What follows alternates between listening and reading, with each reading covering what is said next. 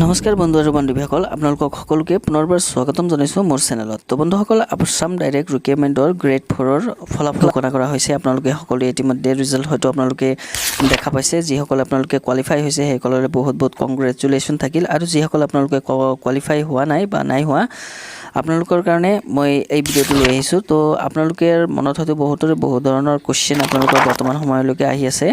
তো আপোনালোকে কেণ্ডিডেটসকলৰ ৰিয়েকশ্যনটো এই ভিডিঅ'ত জানিব পাৰিব যে কেণ্ডিডেটসকলে আচলতে কেনেকুৱা ধৰণৰ ৰিয়েকশ্যন কৰি আছে ৰিজাল্টটো বা আপোনালোকৰ ফলাফলটো অহাৰ পাছত।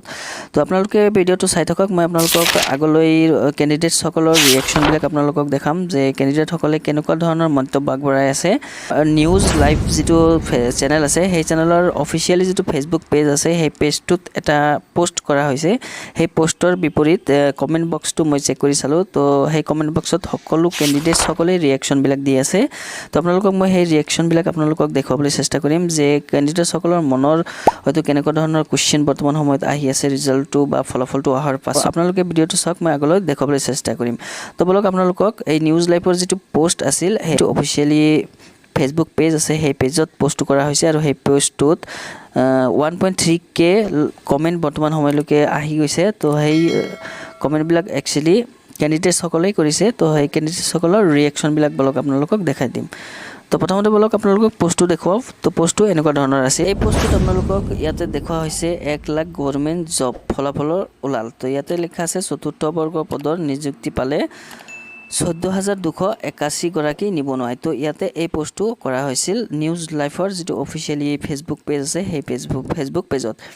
তো ইয়াৰ বিপৰীতে যিসকলে আপোনালোকে কমেণ্ট কৰিছে এই পোষ্টটোত, তো সেই পোষ্টকেইটাৰ মই আপোনালোকক দেখাম। ইয়াতে স্পষ্টভাৱে আপোনালোকে দেখা পাব, আৰু কেণ্ডিডেটসকলৰ মনৰ ভাৱটো আপোনালোকে জানিব পাৰিব যে কেণ্ডিডেটসকলে বৰ্তমান সময়ত কি ভাবি আছে এই ফলাফলটো চতুৰ্থ বৰ্গৰ যিটো ফলাফল আহিছে সেই ফলাফলৰ ওপৰত। তো আপোনালোকক বলক দেখুৱাই দিব প্ৰথম কমেণ্টটো চাওক। ইয়াতে মই নামটো বাৰু হাইড কৰি দিছোঁ। ইয়াতে তেওঁ নট কোৱালিফাইড বুলি দিছে, আৰু তেওঁ কান্দি আছে তেনেকুৱা দেখাইছে। মানে এইজনৰ মনত বহুত দুখ, এইজনে চিলেকশ্যন মানে হোৱা নাই।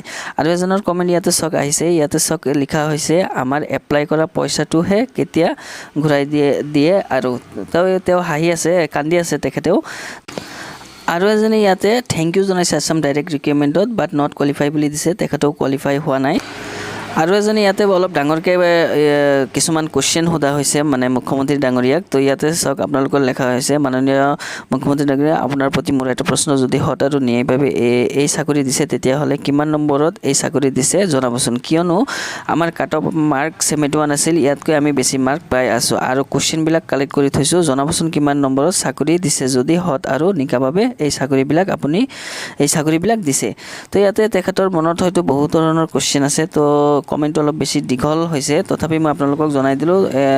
এনেকুৱা ধৰণৰ কমেণ্ট আৰু বহুত আছে। ইণ্টাৰেষ্টিং কমেণ্টটো মই আপোনালোক এতিয়া দেখাবলৈ চেষ্টা কৰিম আগত। এই কমেণ্টটোলৈ মন কৰক বন্ধুসকল। ইয়াতে চাওক নিউজ লাইভ হ'ল অসমৰ আটাইতকৈ ডাঙৰ নিউজ চেনেল। আপোনালোকলৈ অনুৰোধ জনাইছোঁ, আসাম ডাইৰেক্ট ৰিক্ৰুইটমেণ্টৰ এখন ৱেইটিং লিষ্ট আমি বিচাৰিছোঁ, চ' প্লিজ হেল্প আছ। তো ইয়াতে চাওক মানে ৱেইটিং লিষ্ট বিচাৰিছে। ৱেইটিং লিষ্টটো এইকাৰণে বিচৰা হৈছে, এইটো এটা ডাঙৰ কুৱেশ্যন তেখেতৰ কথাটো মানে বহুত ভাল এটা কুৱেশ্যন ইয়াতে সুধিছে, কিয়নো ৱেইটিং লিষ্ট থাকিলেও মানে বহুতৰে হয়তো মনত অলপ মানে সান্তনাটো এনেকুৱা ধৰণৰ আহিব যে নাই আমি ৱেইটিং লিষ্টত আছোঁ, হয়তো আমাৰ নামটো পৰৱৰ্তী সময়ত আহিব পাৰে, এনেকুৱা ধৰণৰ এটা মানে বিচাৰিছে তেখেতে, ৱেইটিং লিষ্ট বিচাৰিছে আৰু নিউজ লাইফৰ পৰা হেল্প বিচাৰিছে। তো এই মুহূৰ্তত আপোনালোকৰো হয়তো বহুত ধৰণৰ কুৱেশ্যন মনত আহি আছে। আপোনালোকে মোৰ এই ভিডিঅ'ৰ কমেণ্ট বক্সত কমেণ্ট কৰি আপোনালোকে সুধিব পাৰে, আৰু পৰৱৰ্তী সময়ত যদি অসম চৰকাৰে এনেকুৱা ধৰণৰ পোষ্ট মুকলি কৰে তেতিয়াহ'লে পোষ্ট আৰু বেছি আপোনালোকৰ লাগে নেকি, তো আপোনালোকে আপোনালোকৰ মন্তব্যটো জনাব পাৰে। আপোনালোকে যিসকলে পোনপ্ৰথমবাৰৰ বাবে মোৰ চেনেলটো চাই আছে আপোনালোকে চেনেলটো ছাবস্ক্ৰাইব কৰি ৰাখিব, আৰু গভৰ্ণমেণ্ট ছাৰ্ভিচ ৰিলেটেড ভিডিঅ' পোৱাৰ কাৰণে। আৰু ভিডিঅ'টো যদি আপোনালোকৰ ভাল লাগি থাকে ভিডিঅ'টো এটা লাইক মাৰি দিব।